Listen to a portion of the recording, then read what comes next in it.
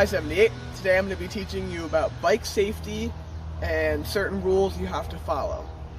So when you go on a bike, the biggest thing is that you should always wear a helmet that is properly fitted to your head.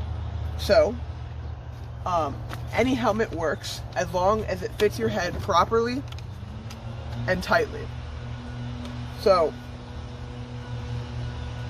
it should fit over top of your head and be able to clip at the bottom so it doesn't fall off. Most helmets have something on the back that could be used to adjust them, but if not, you just have to purchase a helmet that fits your head properly. The next thing is, when riding your bike, before you even get on the bike, you need to make sure everything is working properly and maintained to work properly.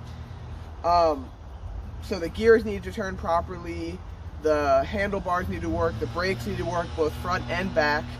Another thing you need to make sure is that your bike has proper reflectors and lights on the bike so that riding during the nighttime, people can see you. Also, that means you need to be wearing the proper clothing. So when you get on a bike, it's best suited that you be wearing a reflective jacket of some sort so that oncoming cars and other pedestrians can see you and you avoid getting hurt in any shape or form. So now that you're sure that your bike is 100% and you're ready to go and ride, you get on your bike, you have your helmet on, and you start your bike ride. So you should always ride with the flow of traffic, or if there isn't a designated flow of traffic, you should ride on the right side of the road.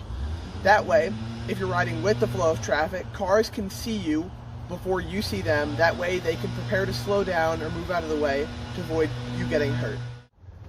Another thing is, when approaching intersections or an area where there's a high traffic of vehicles and cars, you should practice extreme caution to avoid getting hurt.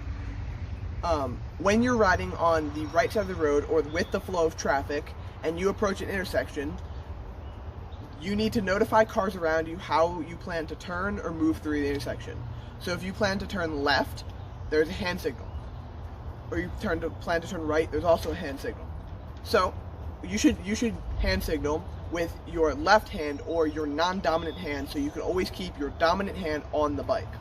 So when you're riding, if you plan to turn left, you stick your hand out, and that notifies cars around you plan to turn left. If you plan to turn right, you want to bend your elbow 90 degrees, hold your hand up like this.